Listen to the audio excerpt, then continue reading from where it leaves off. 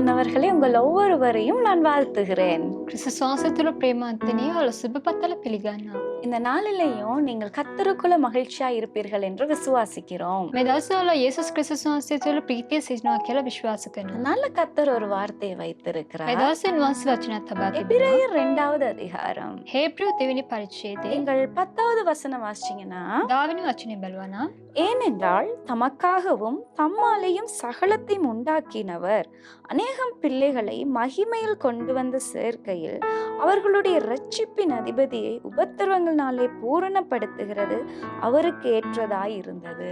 කුමක් එහින්ද යමෙකු නිසාත් යමෙකු කරන් කොටගෙන සියල්ල පවත්වන්නේය. ඒ තැනත් වහන්සේ විසින් බොහෝ පුත්‍රයන්ට තේජසට ගෙන යන කල ඔවුන්ගේ ගැලවීමේ කර්තෘත් වහන්සේ දුක් විඳීම කරන කොටගෙන සම්පූර්ණ කරන්නට යුතුය. எங்கட இயேசு கிறிஸ்து யாருன்னா ரட்சிப்பின் அதிபதியாய் இருக்கிறாரு.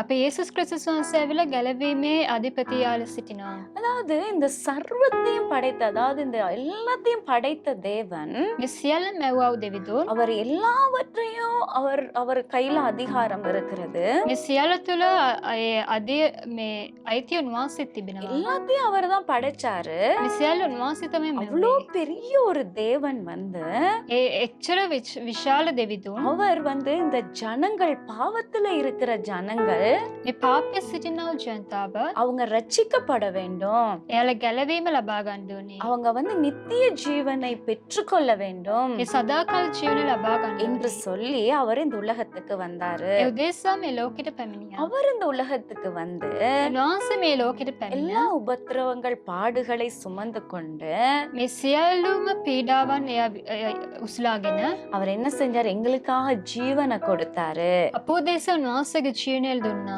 ஜீவனை கொடுத்து இன்னைக்கு உயிரோடு இருக்கிறாரு.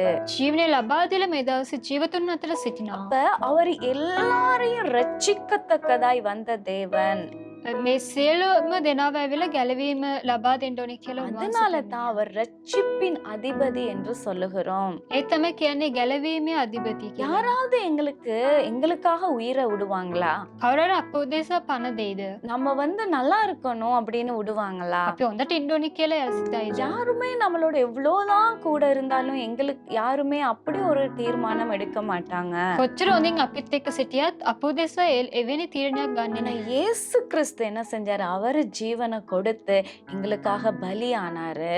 නමුත් උන්වහන්සේගේ ජීවනය අපෝ දේශ උන්වහන්සේ කැප කළා. அதனால தான் இன்னைக்கு ரட்சிப்பின் சந்தோஷம் இந்த உலகத்துல உண்டாய் இருக்கிறது. ඒ උදෙසා තමයි ගැලවීමේ ප්‍රීතිය මේ ලෝකයේ තිබෙන්නේ. நாங்கள் கிறிஸ்துமஸ் கொண்டாடுகிறோம். අපි නත්තල සමරනවා. ஏன் கொண்டாடுகிறோம் என்று தெரியாமலேயே எத்தனையோ பேர் கொண்டாடி கொண்டிருக்கிறாங்க. ඒක ඇයි සමරන්නේ කියලා දන්නේ නැතුවම ගොඩක් අය ඒක அந்த සමරනවා. ரட்சிப்பின் அதிபதியை நினைத்து தான் கொண்டாட வேண்டும்.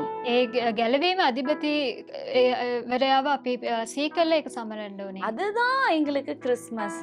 ඒක තමයි අපේ இதுக்கு නත්තල. தான் இயேசு கிறிஸ்து வந்தாரு அப்படிங்கிற உணர்வு உள்ளதோட நாங்கள் கொண்டாட வேண்டும். ඒ උදෙසා තමයි යේසුස් ක්‍රිස්තුස් වහන්සේ පැමිණියා කියනා වූ ඒ සිතුවිල්ල තුළ අපි ඒ සැමරිය යුතුයි. அவரை தவிர யாருமே வந்து இந்த உலகத்துக்காக, ஜனங்களுக்காக வந்து ஜீவனை விடவே இல்லை.